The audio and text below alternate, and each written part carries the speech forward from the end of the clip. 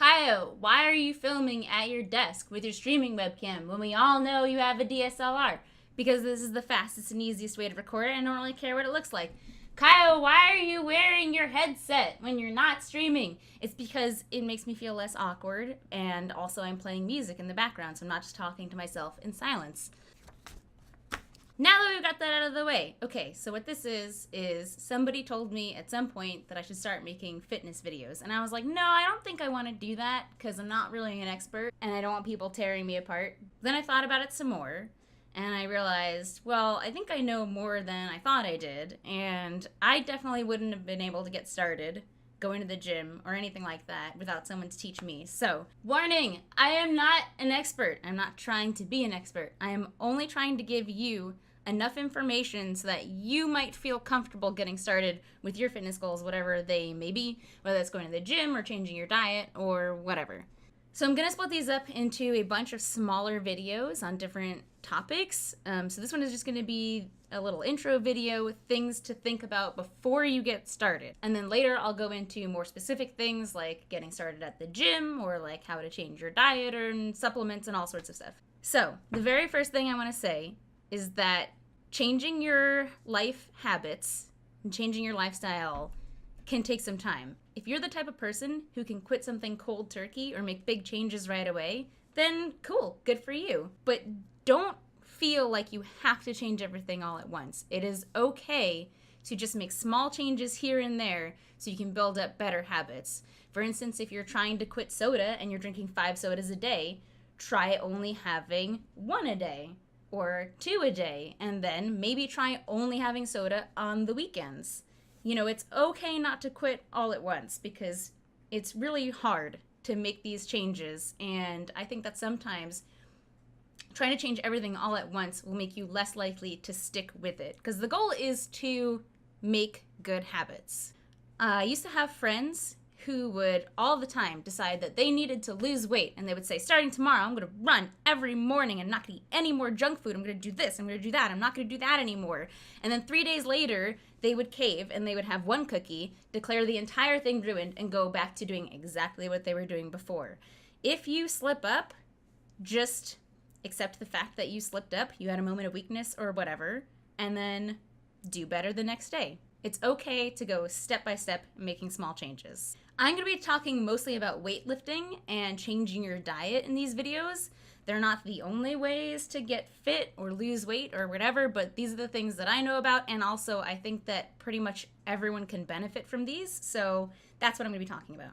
If you plan on making changes to your diet, I recommend counting your calories and macros in an app like MyFitnessPal or in Fitbit. Not all the time, but I recommend doing it for a day here and a day there, even if you're not going to change anything yet, because having that information I think can be really helpful. For instance, I decided to track mine for a little bit and I was surprised how many calories I was eating. Like, it was much more than I thought I was eating. Not that that's necessarily a bad thing, but it just surprised me. It might surprise you too. And also, if you track your macros, you can go and see what sort of foods are your biggest weaknesses. For instance, for me, my biggest weakness when it comes to calories and fat content is cheese. I used to put cheese on everything, and so much cheese. Wow, okay, so I didn't change it right away, but I looked at it and I said, all right, if I want to change something about my diet, cheese is a good place to start. You might look at your macros, your calories, and say, okay, well, half of my calories today came from soda. Maybe I should change that. Something like that. Even if you're not ready to start yet, I recommend tracking those for a few days here, a few days there, so you can look at it and assess what you're eating. Another thing I suggest, if you're going to be tracking your progress, which is a good idea, track your progress in multiple ways. The scale is not always going to be the best indicator of how you're doing, unless maybe you're very overweight, in which case, like, yeah, your weight will come down even if you're gaining muscle or something like that. But depending on what you're doing, it might not be the best indicator. For me, since I started really cracking down on my routine back in April, I guess it's July now, my weight hasn't fluctuated by more than about plus or minus 2 or 3 pounds. It's partially because I'm a small person to begin with, but still, I'm losing body fat, but I'm gaining muscle. so my weight hasn't changed all that much. Although the way that I look has changed. I can notice differences by looking in the mirror. So some other ways you can track your progress, aside from the scale, would be to take progress photos. Just get a plain background, just get in your underwear or bathing suit or whatever, and take a picture from the front, from the side, from the back, and then don't try to compare like 1 week to the next week. It'll take some time, but take those photos often, and then eventually over a few months, if you compare your first photos and your last photos, you might start to see a difference. You can also use one of these. This is an orbit tape. We got it for free from bodybuilding.com. Anyways, what this is it makes a little loopy loop, and then you read the measurement from over here. So this is good if you're trying to lose weight. You can measure your waist with it.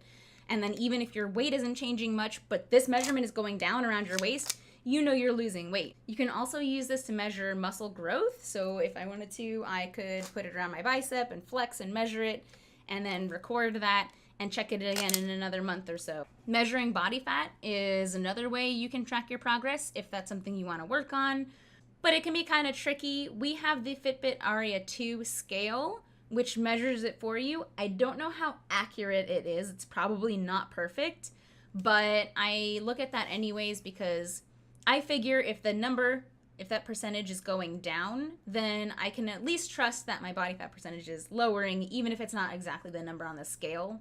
You can also use calipers. It's kind of tricky. I don't know how to do it, but if you go to a gym, they might be able to do it for you.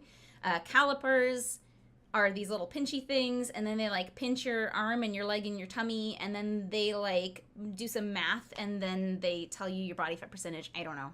Anyways, the point I'm trying to get across is try to use multiple methods of tracking your progress rather than just relying on the scale, because the scale may or may not be the best indicator of your progress.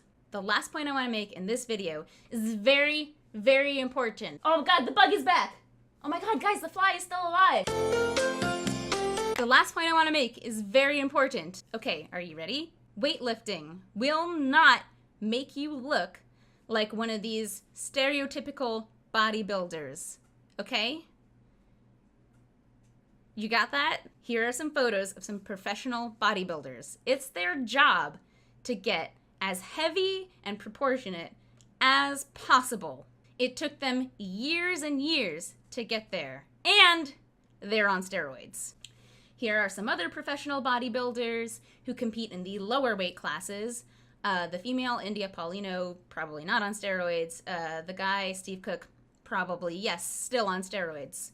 And they both still work really, really hard to get this way. It still took them lots of time and lots of dedication to get to this point. Another thing to keep in mind is that when you see these pictures of bodybuilders on stage for a competition, they are dieted down to such a low body fat percentage, it is not healthy or sustainable for them to stay there. They get this slim for the stage, and then immediately after the competition's done, they don't look like that anymore.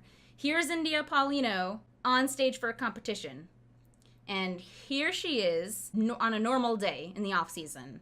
You can see there's a big difference. When they get up on stage, not only are they all dieted down, but then they have to like slather themselves in like fake tan and oil to make their muscles pop out. It's not really attractive, but anyways, that's what they gotta do. So I assure you that just starting to lift weights will not turn you into one of these people. Even if you wanted to be them, you would have to try so hard and dedicate so much time to look like them. So do not be afraid to weightlift, especially ladies. It's not gonna turn you into a big monster or anything like that. Here's another comparison.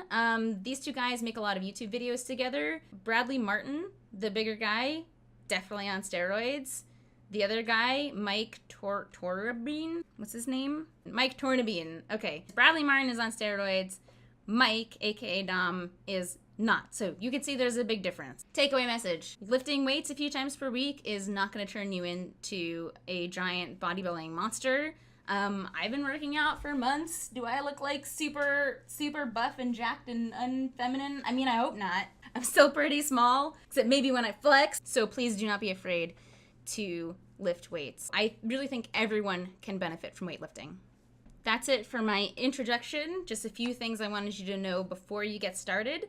The next video will probably be on how to get started going to the gym, if that's what you want to do. and then I'm also going to touch on a bunch of other subjects, but I wanted to break this up into easier to digest, shorter videos. So, thanks for watching. I hope this helps you, and I'm probably uploading these videos as unlisted videos, so you'll have to have the link to view them. Feel free to share the link with anyone you think might benefit from the information, but I'm not trying to like post them publicly and get the whole world in here to critique me. Okay. Hopefully this helps. Bye.